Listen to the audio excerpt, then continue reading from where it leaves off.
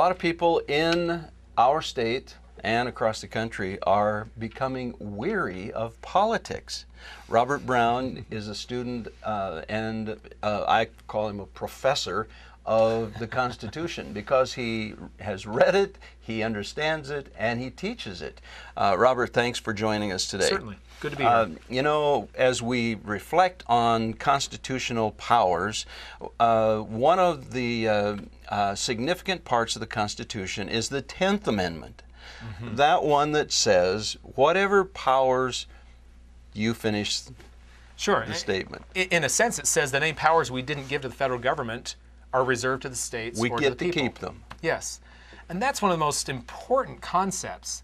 Frankly, without the 10th Amendment even being there, that concept already existed. They just felt like we needed to make it clear anyway. But because, like I said before, Article 1, Section 8 gives Congress a list of authority, a list of power that's in their jurisdiction. And then the 10th Amendment, just in case you didn't catch it, everything else belongs to the states or to the people. Now, some things shouldn't be in either branch of government, like welfare and things like that. But there are many things which originally, under the Constitution, were the jurisdiction of the states. Whether that be schools or healthcare or whatever else, that's up to each state to decide. But imagine if instead of trying to have this one-size-fits-all solution to our healthcare crisis or to the schools with Common Core or whatever else that way, each state is allowed to have their liberty, their freedom to come up with their own solutions. We create this environment of competition between the states. Take, for example, in healthcare, where Mitt Romney had come up with Romney Care, as it's commonly called, for Massachusetts, which has been a total failure. It has bankrupted the states. It's caused insurance rates to skyrocket to by far the #1 most expensive insurance in the country. If you don't have a doctor, you're not going to be able to get one because they're fleeing the states and so on. And because that's worked so well, Obama looked at the Romney Care model and has fashioned Obamacare after it. Now, instead, if we were still back to what's in the jurisdiction of the states, sure, Massachusetts can come up with their solution to the healthcare problem, which, yes, we do have problems. Maybe South Dakota could look at that and say, because that was such a dismal failure, let's do something completely opposite of what Massachusetts do and do something that's actually fiscally solvent. But what happens, Robert, when you have states like South Dakota where the governor has embraced it and it practically on the ground and in the media he's saying that he opposes Obamacare, but he's taken $7 million or more, asked for it and got it, of Obamacare dollars. He's helped to establish an operational, if there's such a thing, healthcare exchange, and in lockstep with Obamacare. How do we preserve states' rights when we have governors and state legislatures that will not stand up and tell the federal government no? You know, the simple answer is you can't.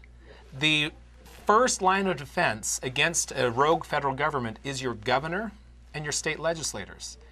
In Federalist number 44, James Madison points out, why is it that our state-level officials are required to swear an oath of office, not just to their state constitutions, but also to the federal? And the answer he gives is it's their duty to, quote, give effect to the Constitution. So, while we're busy blaming Congress for problems like Obamacare and Common Core, maybe are you suggesting instead we should be blaming our Republican friends in governor's mansions and our Republican friends in state legislatures who have not been willing to stand up at their own political risk and say no to federal intervention? I certainly wouldn't leave Congress out of it, but I would definitely blame both. Congress is certainly responsible for a lot of these problems, but our first line of defense should be the states, as you're saying. Our governors swear an oath to uphold the Constitution. They don't swear an oath to subservience to the federal government. Whatever the federal government says, we must comply. That's not what the Constitution says. That's not what the oath of office is about. How would you rate across the country Republican governors and state legislatures on the issue of saying no to federal intervention? Very poorly. How many states can you point to that don't have their hand in the federal trough, so to speak, that are not receiving a major portion of their state budget from federal funds, because that's where the control comes from. Schools, for example, the federal government has never claimed authority in the Constitution to dictate how our schools should run. But they have claimed, we have these federal dollars if you want to go along with our program. And what state has said no to federal dollars in schools or any other regard? South Dakota, plus or minus half of our entire state budget comes with federal dollars. And that's typical of any state, that a major portion, I know in Montana we're a little less, about 42% of our state budget is federally funded. But that's still our number one biggest source of funding is the federal government. How do you say no with one hand while you're receiving a check with the other? Maybe it's time that our state legislatures and our governors got a backbone and said no to federal dollars that have strings attached. I like to use the phrase, declare financial independence from the federal government. I can embrace that. Thanks for watching.